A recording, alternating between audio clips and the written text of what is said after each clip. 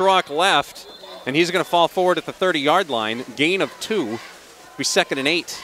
Terrian's running toward the near side sideline, and his head coach, Stacey Doucette, looks right at him and tells him, get down on the turf. Don't come towards me and get out of bounds.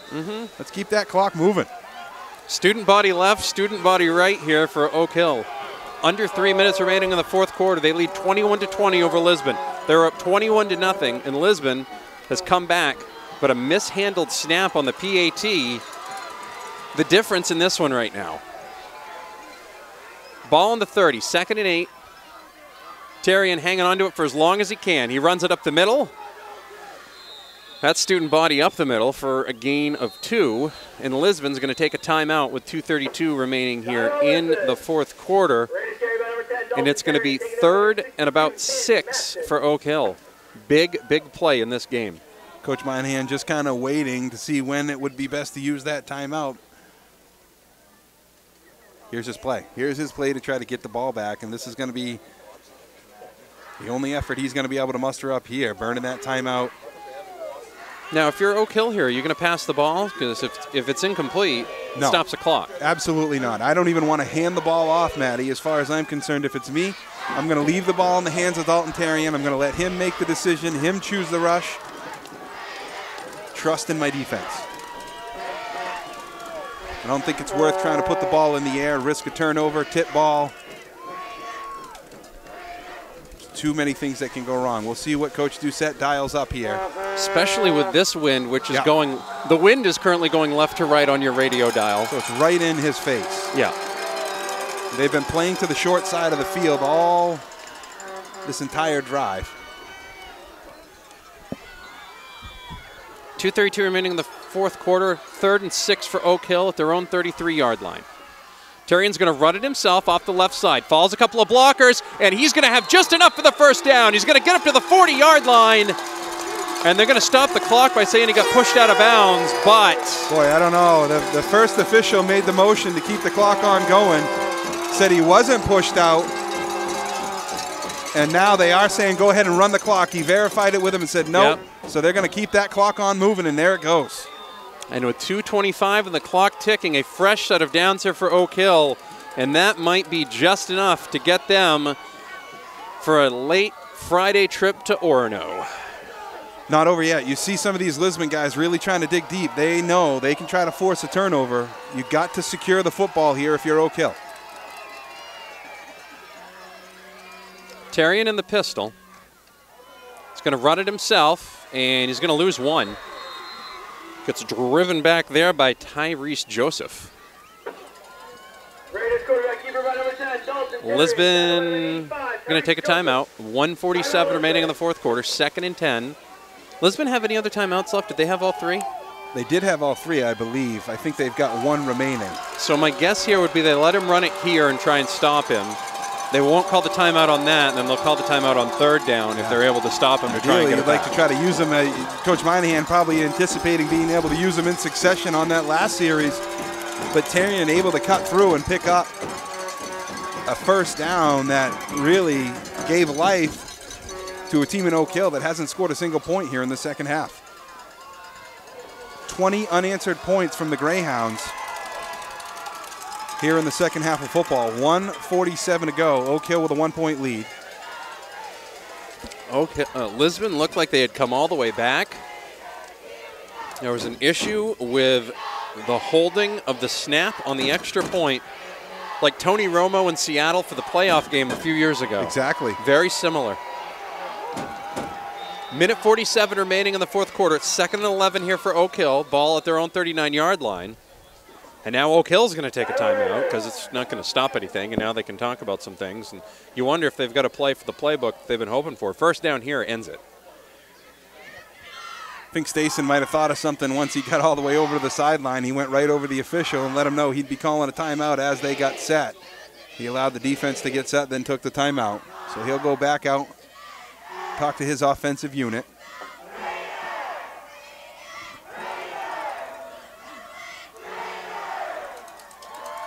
Nobody leaving early from this one. No, unlike last night. Yeah. Felt like we were at Chavez Ravine. It was. Well, nobody got beaten up in the parking lot. 21-20. Try to keep you updated on some other scores, but right now this game's close enough to where I don't have to update you on other scores, which is kind of nice and a welcome change. 2nd and 11. Terrian's going to run it himself. He's going to bust it out to the left side. He's going to stay inbounds. He's going to get up to the 40-yard line. It'll be a gain of 1. It'll be 3rd and 10. Clock is going to continue to run, and Lisbon's going to wait to use that last timeout. Yeah, a couple of guys from Lisbon kind of falling at the end of that play, trying to get a block in the back penalty, but head official not buying it. Marshwood now leads Falmouth 41-16. So that's that. 14-14 between Bonnie Eagle and Thornton Academy late in the 3rd quarter. Wow, all the talk of the Bulldogs going up against the Golden Trojans, and we might have a Bulldogs-Scots matchup. End of 3 quarters between Marshwood and Falmouth. 41-16, Marshwood leads. They'll try to get you a score in that Yarmouth game as soon as possible. Oak Hill going to take another timeout here, Matty. They will, so that allows me to find some time. 2 minutes and 27 seconds remaining in the 4th quarter between Yarmouth and Wells. Yarmouth is at the Wells 19, 3rd and 7 with 2:27 remaining in the 4th quarter.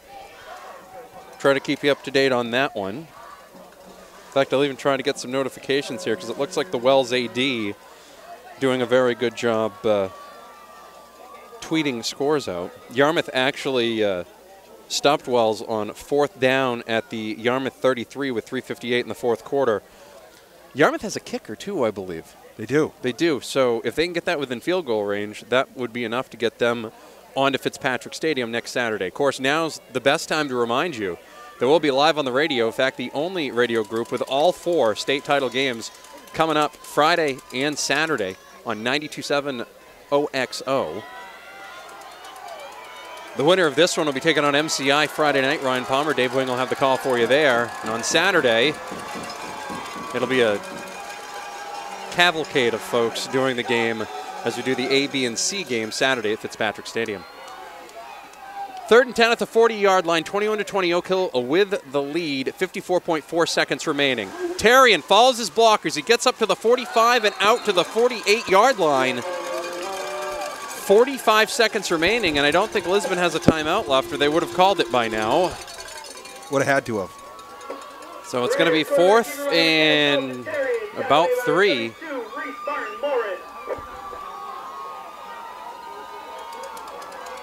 And Oak Hill's just going to hang on to it for as long as they possibly can. Yeah, I think they're going to take it all the way down before they take another timeout. That's just what he'll do. He'll wait for the 5-second call.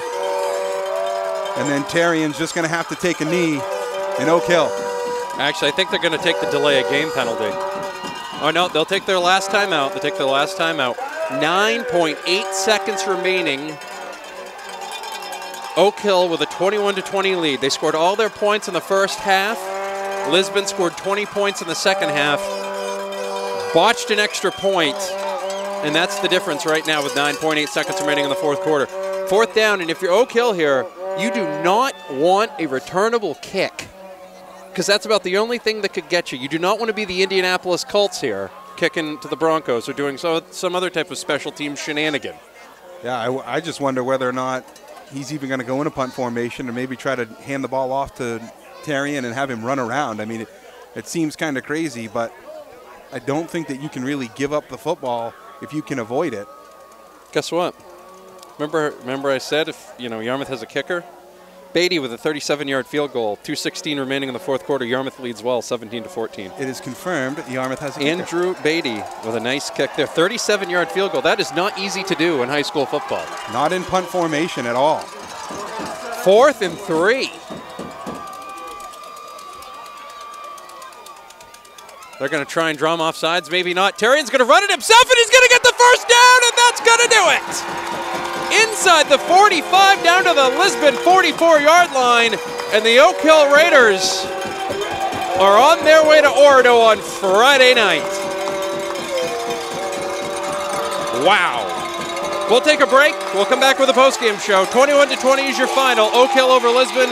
We'll be right back on the Z. Are you ready for the cold weather? Steve Stevens Hardware and Rental in Sabattis has England pellet stoves and plenty of wood pellets on hand for those cold days ahead. They also have a variety of snow shovels, salt, and everything you need to make your fall cleanup easier. Stevens has small excavators, tractors, log splitters, wood chippers, and they also rent equipment. For all your hardware needs, stop by Stevens Hardware and Rental, located at 186 Sabattis Road in Sabattis. Call 375-6253 and like them on Facebook. Good luck to the Oak Hill Raiders from Stevens Hardware and Rental.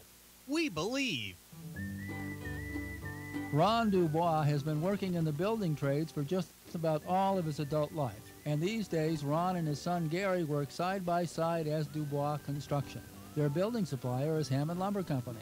I've been doing it all my life, and then in 2011, my son and I incorporated together. It's been great working together with my father here, and we like to use other local family businesses as much as we can. We like to work with Hammond Lumber because they go the extra mile and make sure that we have everything we need on the job site.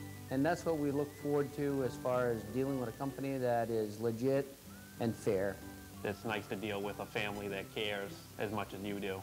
If you'd like to deal with a Maine family business that will go the extra mile to deliver on-site estimating, expert design help, and free delivery to you, talk with the people at Hammond Lumber. Call 1-866-HAMMOND toll-free or go online to hammondlumber.com. Welcome back. 21-20, your final score from Wales. Oak Hill going to the state title game once again, Steve. They're going to play MCI on Friday night. Yeah, I'll tell you, what a really, really interesting game. You've got Oak Hill coming out in the first half and 3 rushing touchdowns from Dalton Terry and an early big 21-point lead, and Lisbon coming out in the second half answering right away, able to tie it up, had the opportunity to tie it up there late, the botched PAT, and then Dalton Terrian, all Dalton Terrian on the final offensive possession and picking up a couple of big first downs.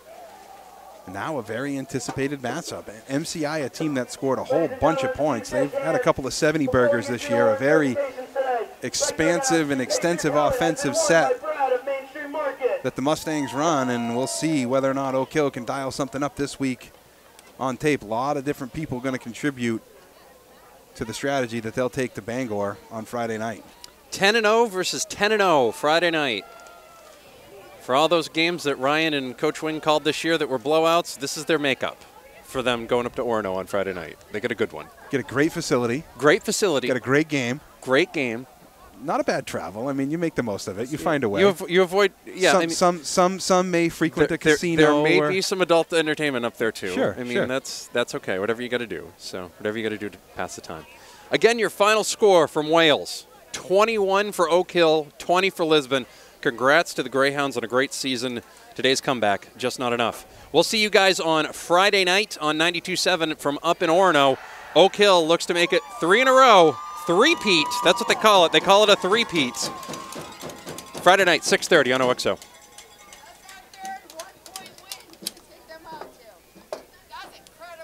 Mm-hmm. Man. You are very welcome. Thank you. Well, good. Good. All right. Let's take it down. Let's take it down. We're good.